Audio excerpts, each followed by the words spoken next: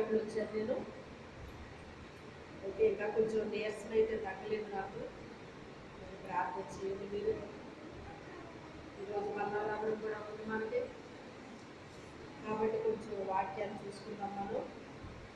కీర్తనలు రాసిన గ్రంథము 146 అధ్యాయము 8వ వచనం. కీర్తనలు 146 8వ వచనం.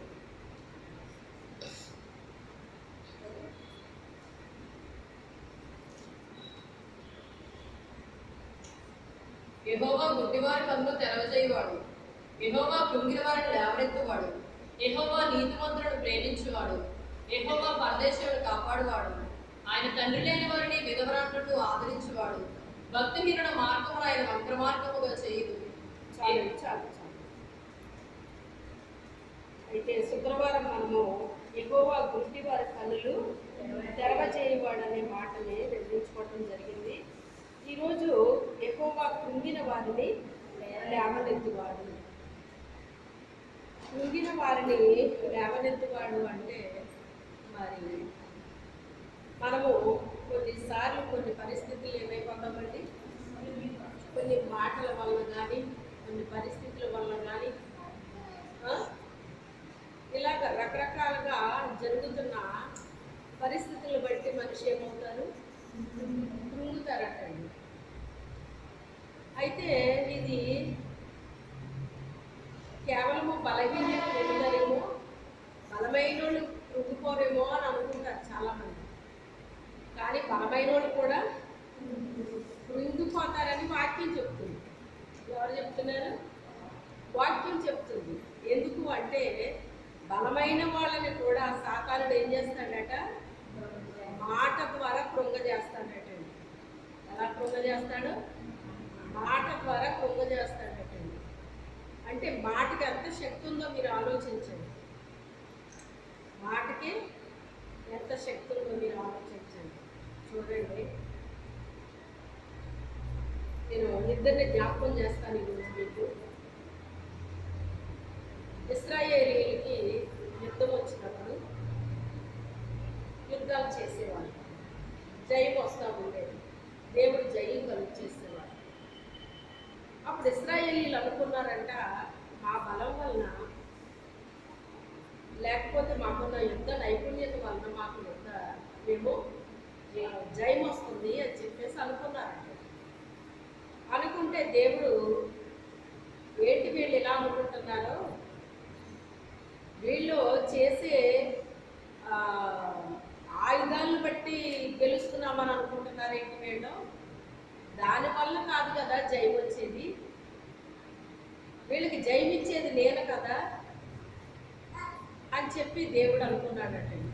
అనుకుని ఒక విచిత్రమైన యుద్ధాన్ని కలుగు చేశాడు. ఎప్పుడు అలాంటి యుద్ధం జరగలేదండి, ఎప్పుడు అలాంటి యుద్ధం జరగలేదు. ఎప్పుడు జరిగేదైతే ఏ మనిషికైనా భయం ఉంటుందో చెప్పండి. మనం అనుకోనిది మనకి ఎదురొచ్చినప్పుడు మనకేమనిపిస్తున్నప్పుడు, ఇలాంటిది నేను ఎప్పుడు ఎదుర్కోలేదు అని మనకు భయం అనిపిస్తుంది అన్నమాట. ఎప్పుడు జరిగే పరిస్థితులే మన జీవితంలో జరుగుతుంటే, కుటుంబంలో జరుగుతుంటే మనకేమైనా భయం అనిపిస్తుందా? అనిపించదు. ఎప్పుడు జరగని పరిస్థితి ఏదైనా ఎదురైనప్పుడు అప్పుడు ఏ మనిషికైనా భయం కలుగుతుంది. ఇక్కడ ఒక మనిషికి కాదంట భయం కలుగుతా, ఇశ్రాయేలీలందరికీ భయం వచ్చేసిందంటండి. అంటే రాజు దగ్గర నుంచి సైనికుల వరకు కూడా ఏమొచ్చింది? భయం వచ్చింది. కొన్ని సైనికులు ఏమైనా ధైర్యం కొన్నారంటే వాళ్ళకి ధైర్యం లేదు. కొన్ని రాజుకి ఏమైనా ధైర్యం ఉందా అంటే రాజుకి ధైర్యం లేదు. ఎందుకని అంటే ఎప్పుడు ఇలాంటి యుద్ధం రాలేదు. ఒక ఆశ్చర్యకరమైన యుద్ధం అక్కడ వచ్చింది.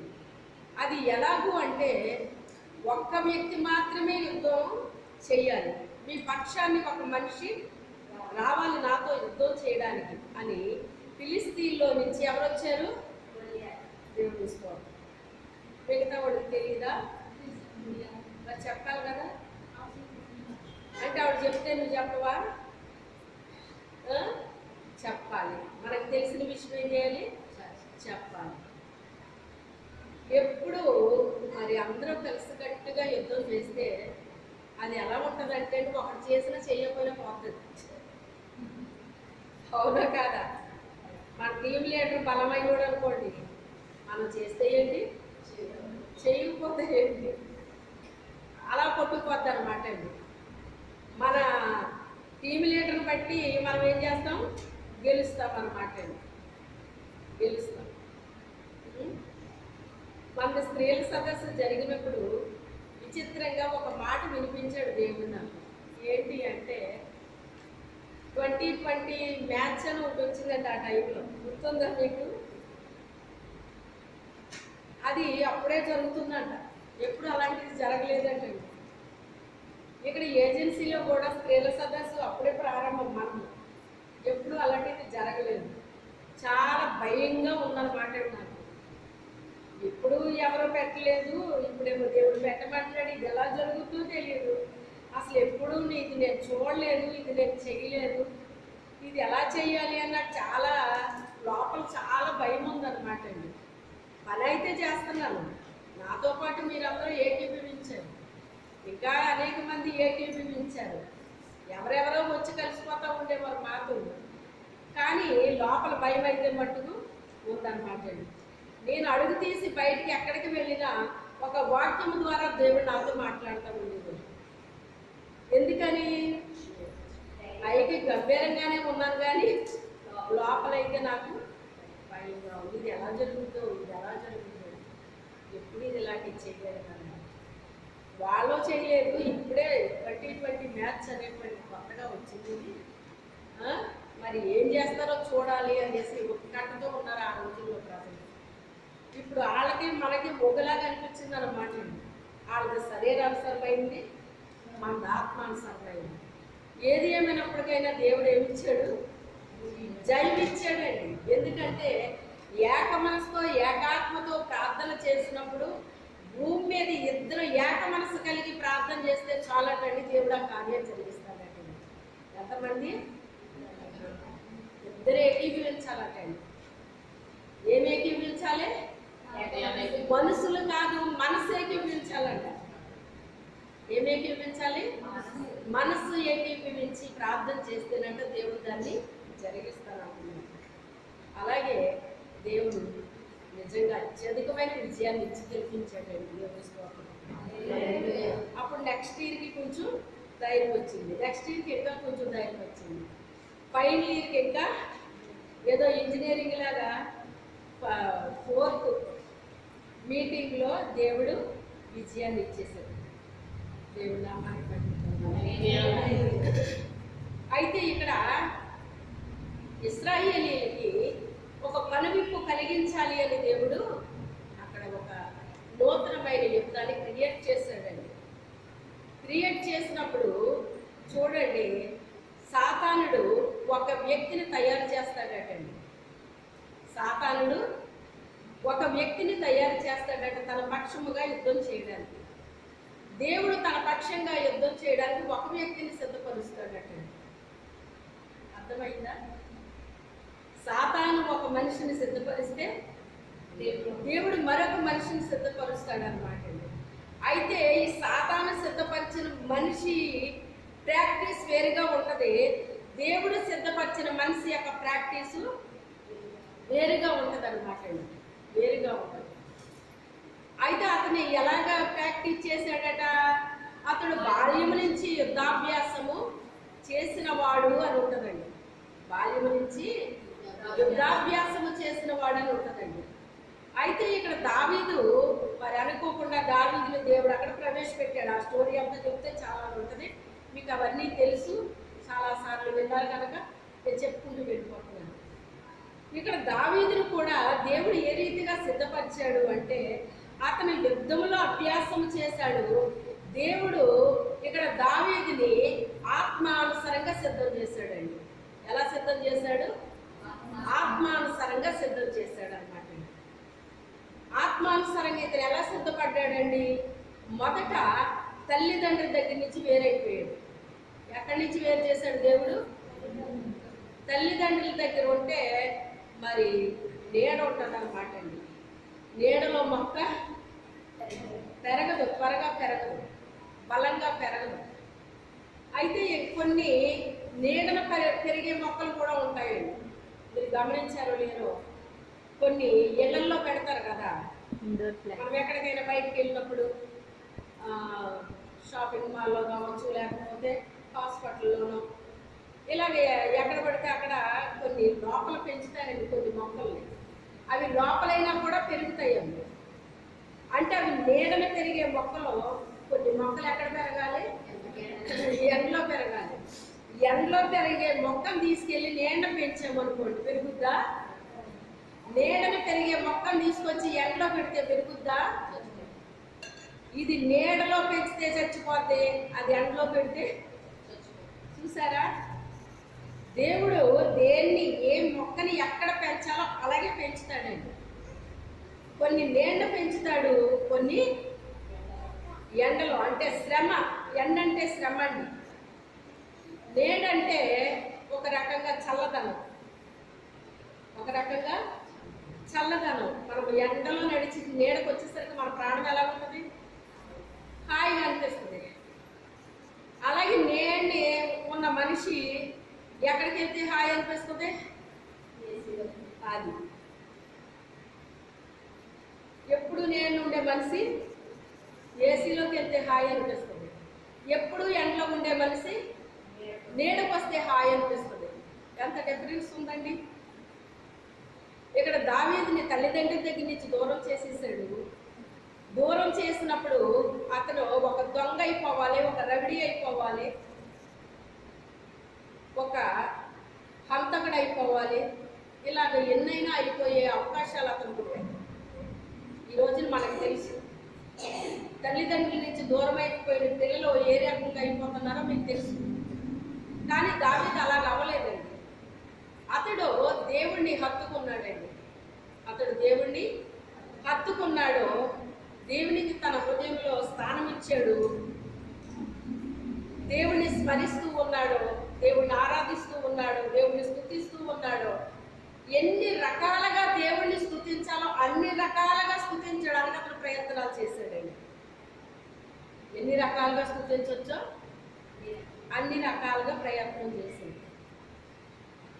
మొన్న ఒక నైట్ నాకు నిద్ర పట్టలేదండి.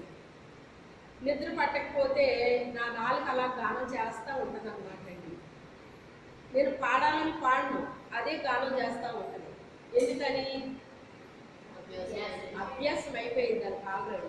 మనం దేనికి అభ్యాసం చేస్తామో దాని పని అది చేస్తుంది అంతే. ఇంకా మనమేమీ దాన్ని కావాలని చేయక్కర్లేదండి. అప్పుడు ఈ అనుభవం నాకు ఎప్పుడూ ఉంటుందండి. ఒక్కొక్క రోజు నాకు నిద్ర పట్టదు. నిద్ర పట్టకపోతే నా నాలుక గానం చేస్తూ ఉంటుంది అన్నమాట. అయితే అది దాని అర్థం ఏంటో తెలుసా మీకు? దేవుని పాదాల దగ్గర ప్రేయర్ వర్షిప్ చేసినట్టు లెక్కండి. ఎక్కడ నేను మోకరించలేదు, కానీ ఇక్కడ నా బాడీ కాదు, నా దేవునికి కావాల్సింది నా ఆత్మ కావాలని. ఆత్మతో సత్యముతో ఆరాధించే వాళ్ళం కావాలి నాకు అంటున్నాడు ఆయన. అలాంటి వాళ్ళని నేను కోరుకుంటున్నాను అంటున్నాడు. ఇది కొన్ని సంవత్సరాలు అంటే 2010లోనే అప్పుడే మనకు విజయం వచ్చింది. విజయం వచ్చిన తర్వాత ఒక మధ్యాహ్నం టైంలో పడుకుని నిద్రపోతున్నాను. ఆ నిద్రపోతున్నప్పుడు కళ ఇచ్చాడు దేవుడు. ఆ కళలో అంటున్నాడు, దావీదును కోరుకున్నట్టుగా నిన్ను నేను కోరుకున్నానని మాట్లాడుతున్నాడు దేవుడు. హల్లెలూయా. అప్పుడు నేను మా వాళ్ళతో చెప్తున్నాను, నేను మీతోనే ఉంటాను, కానీ నేను కొంచెం వేరుగా ఉంటాను. నేను నా దేవునితో కొంచెం ఎక్కువ నేను అటాచ్మెంట్ కలిగి ఉంటాను. దేవుడు నన్ను కోరుకున్నాను, మరి దావీదుని కోరుకున్నట్టుగా అని చెప్పేసి నేను మా వాళ్ళతో చెప్తున్నాను అన్నమాట. అది ఆ రాత్రి ఆ మధ్యాహ్న కాలంలో నాకు వచ్చిన కళ. దేవుడు కళల ద్వారా కూడా మాట్లాడుతున్నాడు. అయితే ఇక్కడ దావీదు తృప్తి పడట్లేదండి. దేవుని స్తుతించడంలో తృప్తి పడట్లేదు. పాటలు పాడుతున్నాను కదా అని తృప్తి పడట్లేదు. ఎలాగ పాడాలి వాడబడాలి, ఇంకా నా దేవుడిని నేను ఎలా స్తుతించాలి, ఎలా ఆరాధించాలి, ఎలా గణపరచాలి అని ఆయన చేయగలిగిన ప్రతీదీ చేస్తున్నాడు అన్నమాట అండి. చేయగలిగిన ప్రతీదీ చేస్తున్నాడు. అంటే తృప్తి లేదండి దేవుని స్తుతించడంలో, తృప్తి లేదు. రాత్రి ఇంచుమించుగా 2 గంటల వరకు నేను స్తుతించానండి దేవుడు. కానీ నేను నిద్రపోయిందల్లా 2 గంటలు 3 గంటలు నిద్రపోయి ఉంటాను బహుశా. మళ్ళీ 6 గంటలు లేచాను. ఏ నీరసం రాలేదు ఉదయానికి. రాత్రి నిద్ర లేకపోతే ఏం కావాలి మనకి?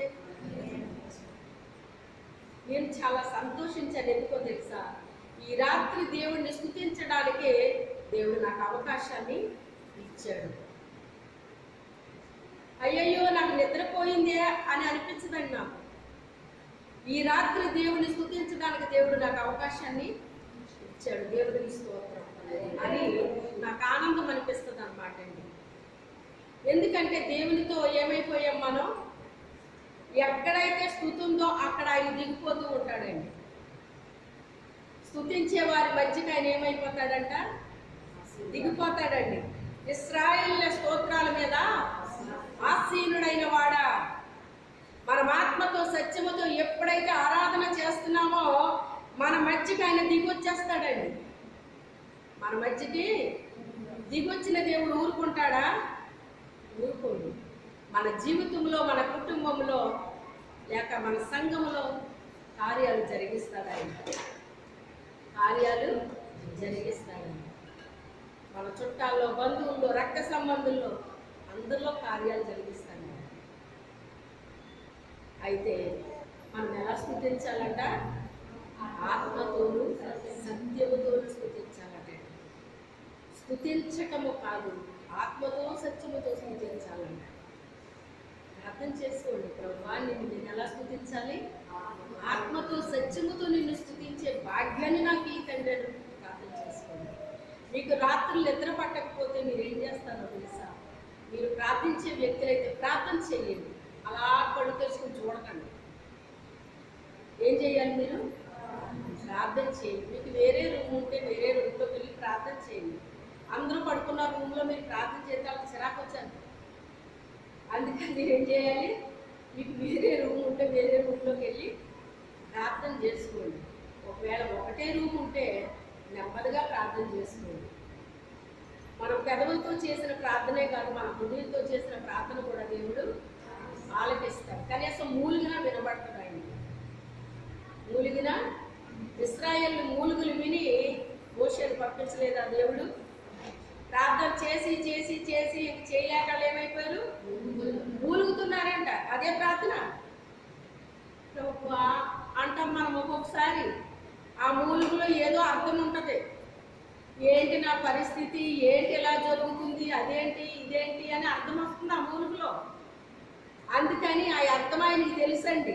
ఆ మూలుగుకి ఏంటి అలా మూలుగుతున్నావేంటి అంటారు, కానీ మనవాళ్ళకి ఏం వినపడుతుంది?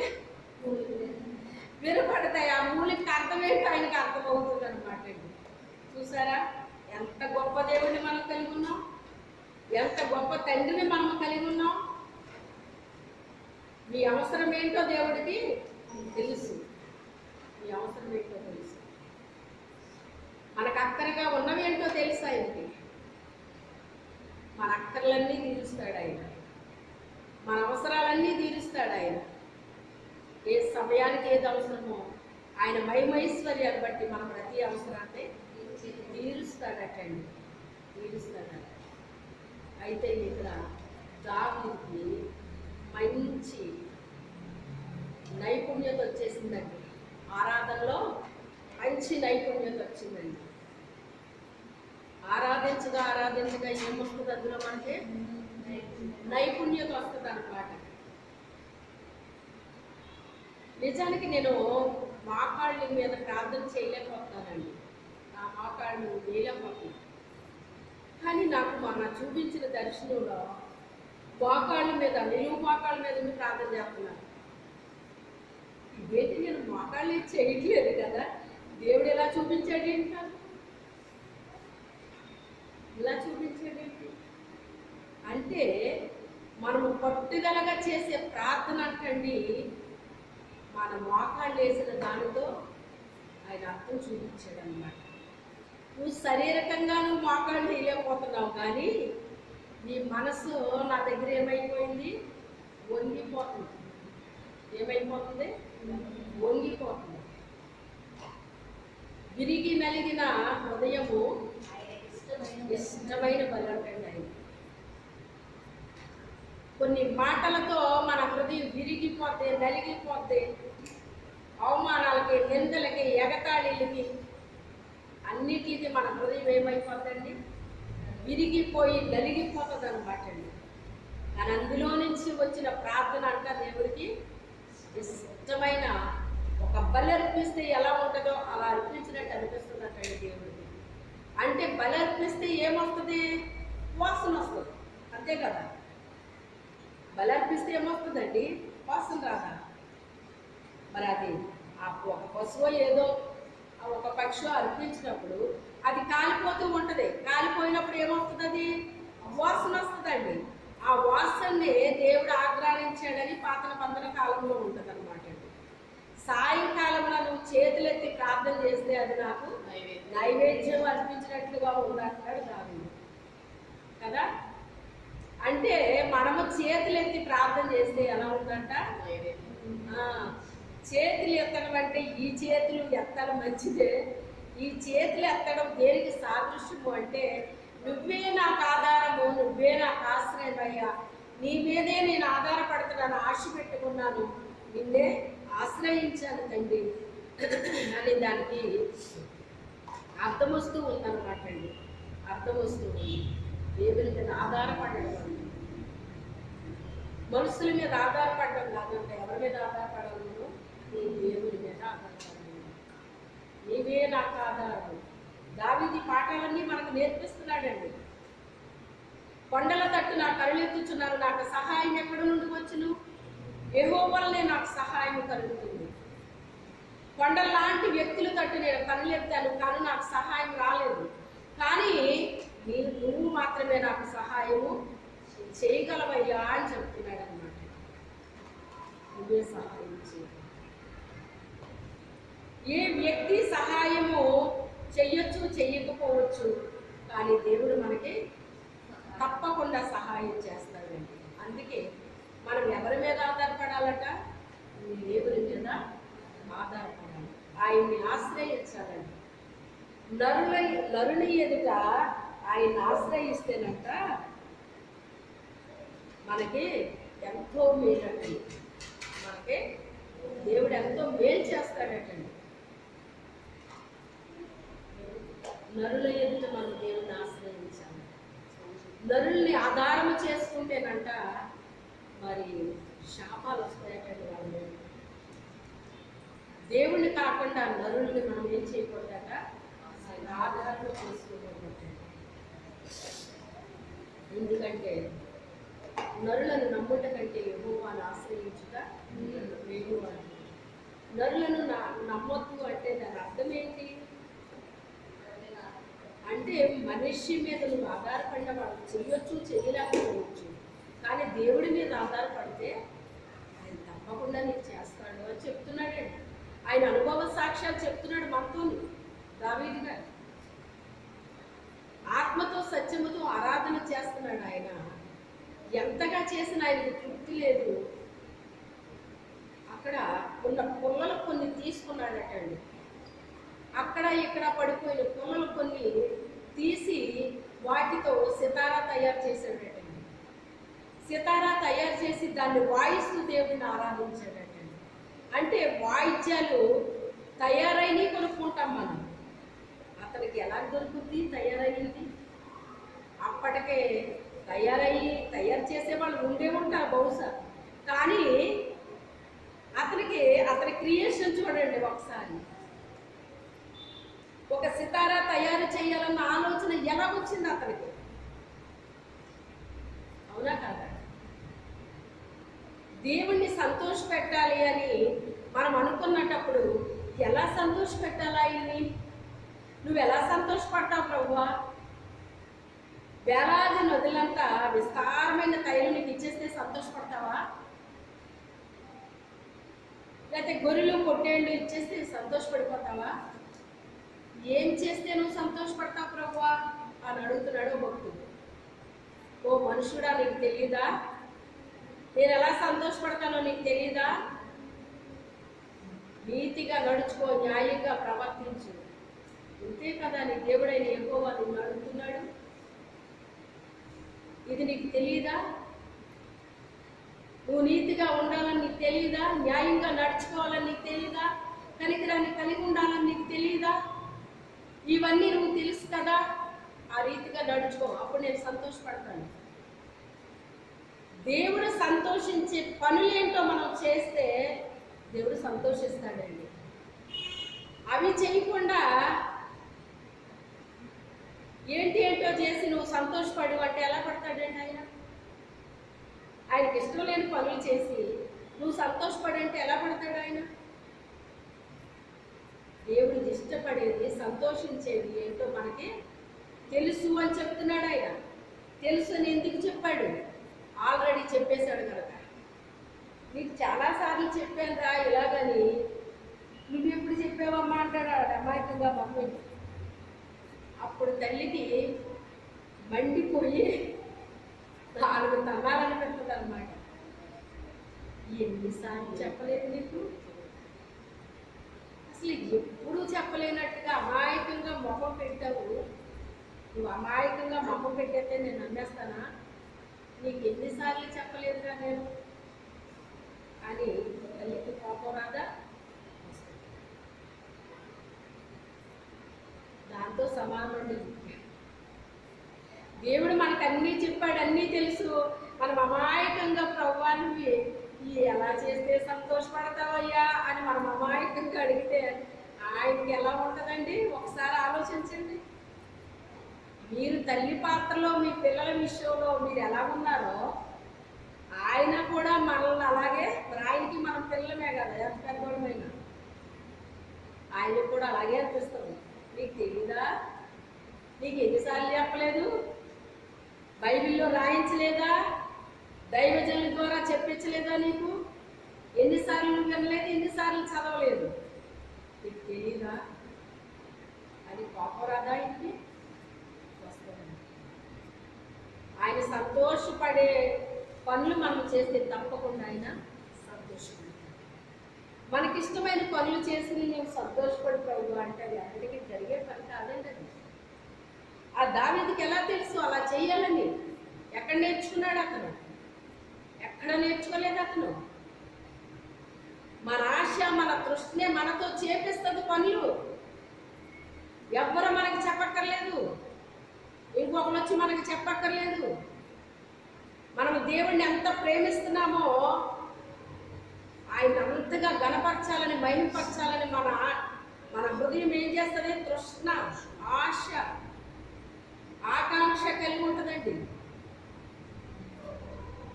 ఎందుకు పనికి రాకుండా ఉన్నాయి ఆ పొలను? అలా పారేసి ఉన్నాయండి. అక్కడ ఒక్కొక్క పొలని ఏరుకున్నాడు అతను అందులో నుంచి. వాటిని తీసుకొచ్చి చక్కగా చెక్కాడండి, దానికి ఒక రూపునిచ్చాడండి. దాన్ని తయారు చేయడానికి అతనికి ఎంత టైం పట్టిందో మనకు తెలియదండి. కానీ దాన్ని వాయిస్తుంటే అది ఇచ్చే నాదము ఆయనకు చాలా ఇష్టమైంది. తనకే కాదు, దేవుడు కూడా ఇష్టమైంది. చూడండి, ఎప్పుడు గొంతుతోనే పాడాడు. కానీ ఇప్పుడు ఏం చేస్తున్నాడు? సితారాతో వాయిస్తూ స్వరమండలము యెహోవాను స్తుతించు అంటే ఈ స్వరము అనేటువంటిది ఒక మండలముతో సమానం అంటండి. ఇది మన గొంతు. ఎందుకంటే కొన్ని నాళాలు ఉంటాయి మన గొంతులో. ఆ నాళాలన్నీ కూడా మనతో ఏకీపిస్తేనే మనం పాడగలుగుతాం, లేకపోతే మనం పాడలేమండి. బాగా పాటలు పాడేవాళ్ళైనా సరే కొంతకాలం మౌనంగా ఉంటే గొంతు మూసిపోద్ది. మీకు పాడలేరు. ఏమవుతుందో తెలుసా? మీకు ఎప్పుడన్నా ఈ అనుభవం ఉందో లేదో కానీ మానేసి ఓ పాట పాడితే మీరు పాడలేక ఏడ్చేస్తారు. ఎందుకని? గొంతులో నాడాలన్నీ అవి స్టక్ అయిపోయినాయి.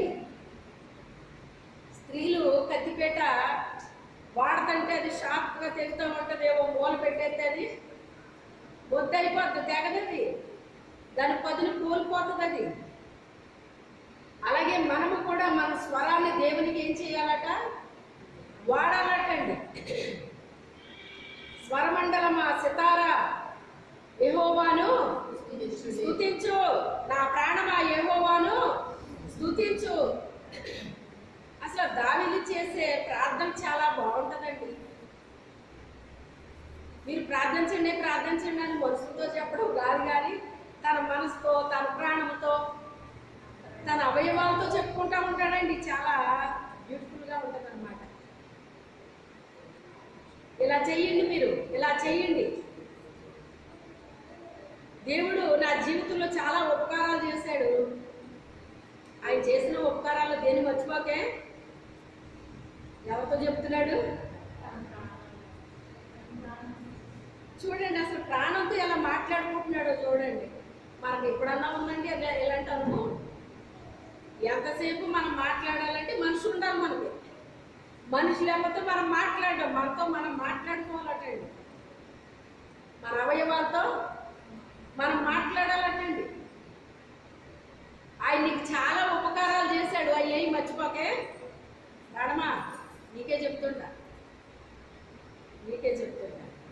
ప్రాణంతో చెప్పుకుంటున్నాను. ఎంత తరఫీదుని ఇచ్చేసాడండి తన అవయవాలకి. ఆయన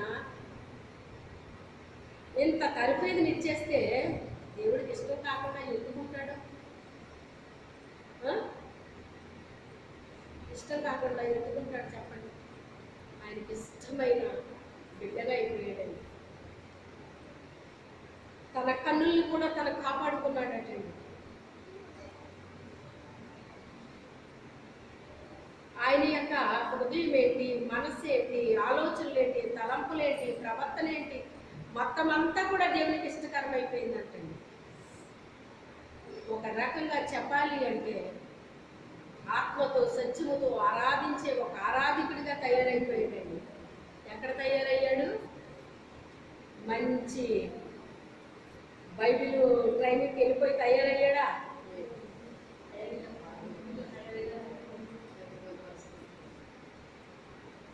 దేవుని దగ్గర అయిన ట్రైనింగ్ మించి ఏది ఉండదు.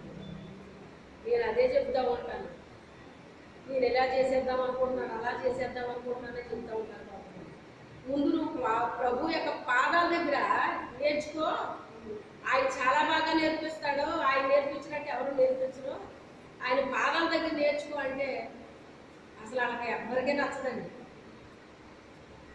పలానా చోటుకెళ్ళి నేర్చుకో, పలానా చోటుకెళ్ళి నేర్చుకో, లేకపోతే ఇలా చెయ్యి, అలా చెయ్యి అంటే చాలా నచ్చుద్ది అందరికీ.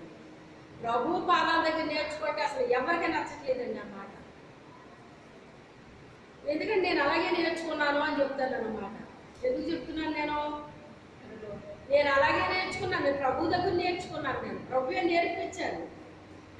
బాల్య దశ నుంచి ఈనాటికి కూడా ఆయనే నాకు నేర్పిస్తున్నాడు, ఆయనే నాకు బోధిస్తున్నాడు, ఆయనే నాకు మాస్టర్, నా బోధకుడు ఆయనే.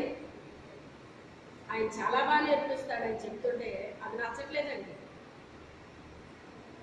ఏయో నేర్చుకుంటారటండి,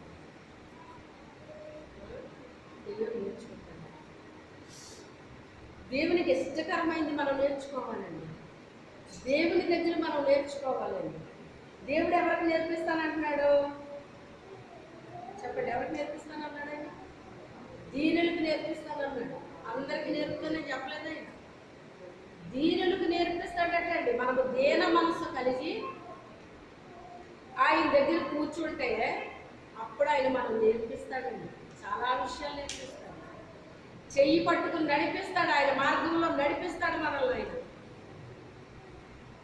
ఎలా నడవాలో నేర్పిస్తాడు. ఆయన నడక నేర్పుతాడు. ఆయన మనకి నడవడం నేర్పించాడు అంటే తర్వాత ఏం చేస్తాం? మనం నడిచాక ఏం చేస్తామండి? పరుగు పెడతాం. నడక రాకుండా పరుగు పెట్టగలరా అండి? కొంతమంది పిల్లలు అలాగే చేస్తారు కదా. తల్లిదండ్రులు చేయి పట్టుకుని నడిపిస్తుంటే పరుగులు ఎట్టినాక చూస్తారు, పడిపోతాడు అండి. మొదట ఏం చేయాలి? నిలబడాలి. కూర్చున్న వాళ్ళు నిలబడాలి. నిలబడిన తర్వాత అప్పుడు దేవుల్లో నడిచాడండి ఆయన.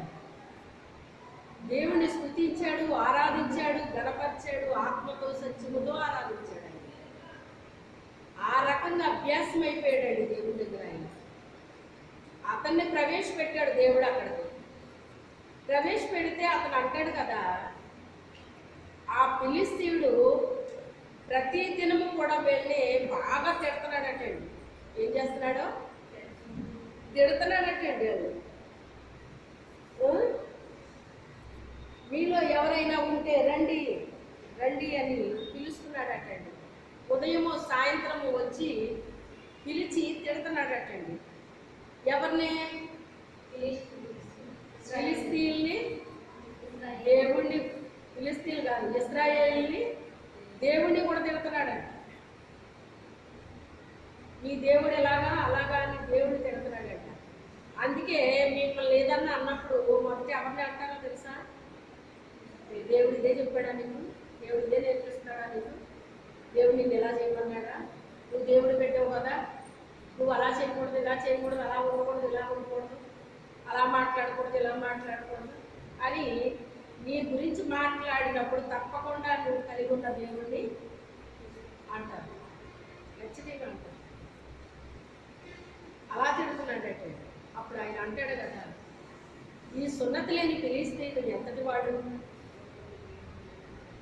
ఇతని మాటల వలన ఎవరు మనసు కృంగనవసరం లేదు. ఏమంటున్నాడు? అతని మాటల వలన ఎవరి మనసు కృంగనవసరం లేదు అంటే అతని మాటల వల్ల వీళ్ళు ఏమైపోతున్నారట? కృంగిపోతున్నారు. ఎంతమంది ఉన్నాం, ఇన్ని యుద్ధాలు చేసాం, ఏ రోజుని కూడా మనం తల వంచలేదు. ఈ రోజున ఎందుకు మనం ఇలా తల వంచాల్సి వస్తుంది? ఇప్పుడు మనం ఓడిపోయేలా ఉన్నాం. మనం ఇప్పుడు ఓడిపోతే ఏమైపోవాలి? వీళ్ళందరూ కూడా వాళ్ళకి బానిసలు అయిపోవాలండి. వాళ్ళకే బానిసలు అయిపోవాలి. ఇప్పుడు మనమందరూ ఫిలిష్తీయులకి బానిసలు అయిపోవాలా? ఏం చెయ్యాలి ఇప్పుడు మనం అని వాళ్ళ మనసులు ఏమైపోతున్నాయంటండి? కృంగిపోతున్నాయటండి, కృంగిపోతున్నాయంట.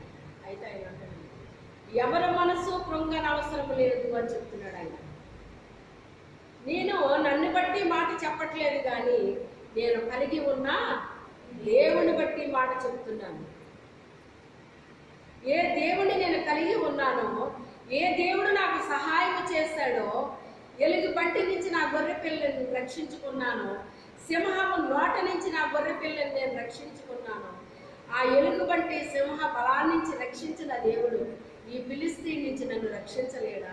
తప్పకుండా ఆయన నన్ను రక్షిస్తాడు అనే ఒక విశ్వాసముతో అతను 5 నున్నటి రాళ్ళు ఏరుకుని ఏం చేస్తున్నాడట? పట్టుకుని వెళ్తున్నాడట. అక్కడ రాళ్ళు అని చెప్పొచ్చు కదా, నున్నని రాళ్ళు అని ఎందుకన్నాడంట ఆయన? తెలుసా మీకు? 5 రాళ్ళు అని రాయొచ్చు అక్కడ, కానీ 5 రాళ్ళు అని రాయలేదు అక్కడ. నున్నని రాళ్ళు 5 ఏరుకుని పట్టుకెళ్ళాడు అని ఉంటుందంట. ఈ నున్నని రాయి దేనికి సాదృశ్యము అంటే, బహు శ్రమల్లో నుంచి వచ్చిన వ్యక్తులు అంటారు. ఎక్కడి నుంచి? దేవుని కొరకు చాలా శ్రమలు అనుభవించిన వాళ్ళు అన్నమాట అండి. సొంతంగా కాదు, సొంత విషయాల కోసం కాదు, దేవుని కొరకు శ్రమ అనుభవించడం అండి. ఎవరి గురించి? దేవుని కొరకు శ్రమ అనుభవించడం అండి. అవిధేయత వల్ల, అక్రమ జీవితాల వల్ల అనుభవించిన శ్రమలు కాదయ్యి. దేవుని బిడ్డలుగా జీవిస్తున్నందుకు వచ్చే శ్రమలండి అవి. ఆ శ్రమల్లో వాళ్ళ బరికంతా పోతుందటండి. ఏమైపోతుంది? దేవుణ్ణి కలిగి ఉన్నందుకు వచ్చే శ్రమల వల్ల వాళ్ళకి గరుకుతనం పోయి మునుపైపోతారటండి. నున్నటి రాళ్ళుగా తయారవుతారట. అర్థమైందా? నున్నటి రాళ్ళుగా తయారవుతారట. అంటే ఎన్ని శ్రమలు వచ్చినా వాళ్ళు ఏమైపోయారు? అన్నిటికీ కాళ్ళకున్నారు, నిలబడ్డారు. చివరి వరకు కూడా వాళ్ళు తట్టుకున్నారండి వాటిని. ఎప్పుడైతే తట్టుకుని నిలబడ్డారో వాళ్ళలో ఉన్న గొరుకుతనం అంతా పోయి ఏమైపోయారట, నున్నగా అయిపోయారట, మునుపు వచ్చారట. అంటే ఇప్పుడు ఈ రాళ్ళు ఎలా తయారయ్యాయో తెలుసా? వజ్రాల్లా తయారయ్యాయి. ఏమైనాయి? వజ్రాల్లా తయారయ్యి ఆ వజ్రం వెళ్ళి దేవుని యొక్క ధననిధిలో పడుతుందటండి. వెళ్ళదు ఏమవుతుంది? అక్కడ పడుతుందంట. అవి ఒక దూత తీసుకెళ్ళి ఆయన ధననిధిలోకి చేరుస్తుందటండి. అలాంటి 5 వ్యక్తులు పట్టుకున్నాడు ఈయన. 5 రాళ్ళంటే అయ్యో ఈ రాళ్ళని కాదు ఇక్కడ అర్థం. మనకి 5 వ్యక్తులండి. మనం క్రీస్తు కొరకు బహు శ్రమలు అనుభవించిన వ్యక్తులు. అలాంటి వాళ్ళు కావాలండి. దుష్టుడి మీద మనం యుద్ధానికి వెళ్ళినప్పుడు ఎలాంటి వాళ్ళు కావాలంటే, ఒక్కొక్కసారి యుద్ధం వస్తుంది వాడితో. మనం ఆ యుద్ధానికి వెళ్ళినప్పుడు మన చేతులు ఎలాంటి వాళ్ళు ఉండాలి? ఇలాంటి వ్యక్తులు ఉండాలన్నమాట. ఒక్క మనిషిని చెప్పడానికి 5 రోజులు ఎందుకు అంటే, ఈ యొక్క గొలియాతుకి ఇంకా 4 అన్నదమ్ములు ఉన్నారంట. గొలియాతుకి 4 అన్నదమ్ములు ఉన్నారంట. వాళ్ళకి ఒక్కొక్కరికి ఒక్కో రాయి చెప్పులు వేరాడు అనమాట. కానీ ఒక్క రాయికి ఒక్కడు పడిపోయాడు.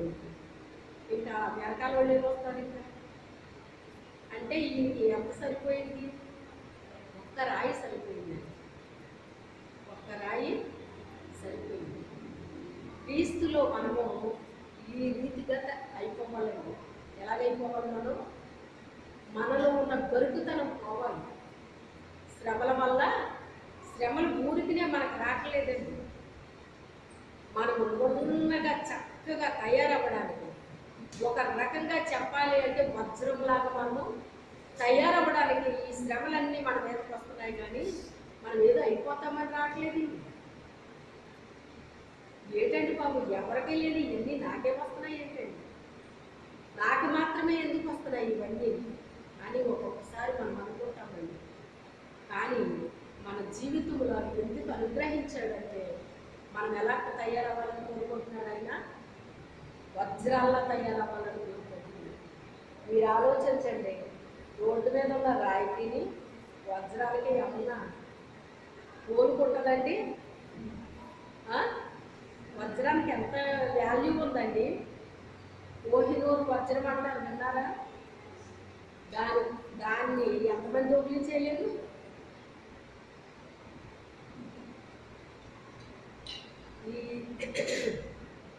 ఓ దేశమోడి దొంగిలిస్తే మళ్ళీ ఆ దగ్గర నుంచి దేశమోడి దొంగిలిస్తారంట. ఎందుకని? దాని వాల్యూ అలాంటిది. దాని వాల్యూ అలాంటిది. అందుకే రోడ్డు మీద ఉన్న రాళ్ళు దొంగిలించడానికి వజ్రాన్ని దొంగిలిస్తారు. వజ్రాన్ని దొంగిలిస్తారు. మీరు ఆలోచించండి, అదే రాయిని సౌలు పట్టుకుంటే యుద్ధం చేయగలరా? ఎందుకని? అతనికి ఆ తర్ఫీదు ఉందా?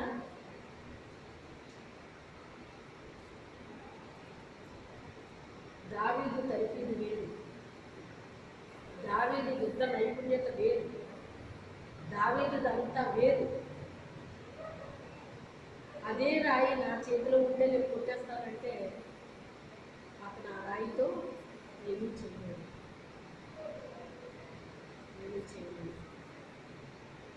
ఎందుకు అంటే,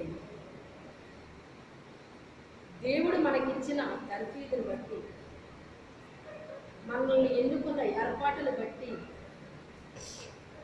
మనల్ని నియమించిన విధానాన్ని బట్టి మనం ఏం చేస్తాడో, మనం ఏది పట్టుకున్నా దాన్ని మనము ఉపయోగించే కెపాసిటీని ఇస్తాడండి దేవుడు మనకి. ఇప్పుడు దావీదుకు తోడు అయ్యాడా లేదా అక్కడ దేవుడు? ఆ రాయి విసిరాడు దావీదు. విసురుతూ ఏమన్నాడు ఇప్పుడు ఆయన? యుద్ధం యెహోవాదే అన్నాడు. అంటే యుద్ధం నేను చేయట్లేదు, యుద్ధము యెహోవా చేస్తున్నాను. మరి యెహోవా చేశాడా లేదా అక్కడ యుద్ధం? దావీదు ముందు నుంచి విసురున్నప్పుడు అతను వెనక్కి పడాలి, కానీ ముందుకు ఎందుకు పడ్డాడు ఆయన? వెనకాల నుంచి ఎవరు చేస్తున్నారు యుద్ధం? దేవుడు చేస్తున్నారు. ముందుకు పడగొట్టాడు, ముందుకు పడగొట్టాడు, కానీ మిగతా ప్రాసెస్ దేవుడు చేయడు. ఆయన కొంత హెల్ప్ చేస్తాడు మనకి, మన యుద్ధాల్లో కూడా మనకు కొంచెం హెల్ప్ ఇస్తాడండి, మిగతాది మనం చెయ్యాలి. ఆయన వచ్చి ఈయన పేక కోసి తలకాయ పట్టుకెళ్ళి అతని చేతిలో పెట్టడు. అదంతా ఎవరు చెయ్యాలి? దావీదు చెయ్యాలి. ఇప్పుడు దావీదు ఎంత షార్ప్గా అతను తయారవ్వకపోతే అతను బోర్లా పడ్డాడో, అతను ఏమైంది, కొంచెం స్పృహ కోల్పోయాడు. స్పృహ కోల్పోయాడు, కానీ ఎంతలో తిరిగి లేవచ్చు? అతను నిమిషాల్లో లేవగలడు, అవునా కదా? అతను చాలా బలాఢ్యుడు. అతను సాతానుడు చాలా చిన్న చూపు చూస్తారు. సాతానుడు అంటే హైలైట్ చేయమని కాదు, కానీ ఆడు ఎంత ఎలాంటి వాడో ఆడిని అంచనా వేయాలి మనం. అది ఈ అమ్మాయి ఏదో అమ్మాయి అసలు కూతురు పక్క నుంచి వెళ్ళిపోద్దండి ఆ పిల్ల. మనం వెళ్ళగలమా? అమ్మ కూతురు పక్కన వెళ్ళిపోద్దా అండి అంటుంది ఈ అమ్మాయి. అంటే కోతి ఏంటో అది ఏం చేస్తుందో ఈ అమ్మాయికి ఏమన్నా తెలుసా? తెలియదు, కనుక వెళ్ళిపోతుంది పక్క నుంచి. ఆ అమ్మాయి జోలికి కోతి వెళ్తుందండి, మనం వెళ్ళండి ఈ అంటారు. అవుదా? ఎందుకని? ఎల్లెవరో తెలుసు, పెద్ద ఎవరో తెలుసు. ఎవరి మీదకి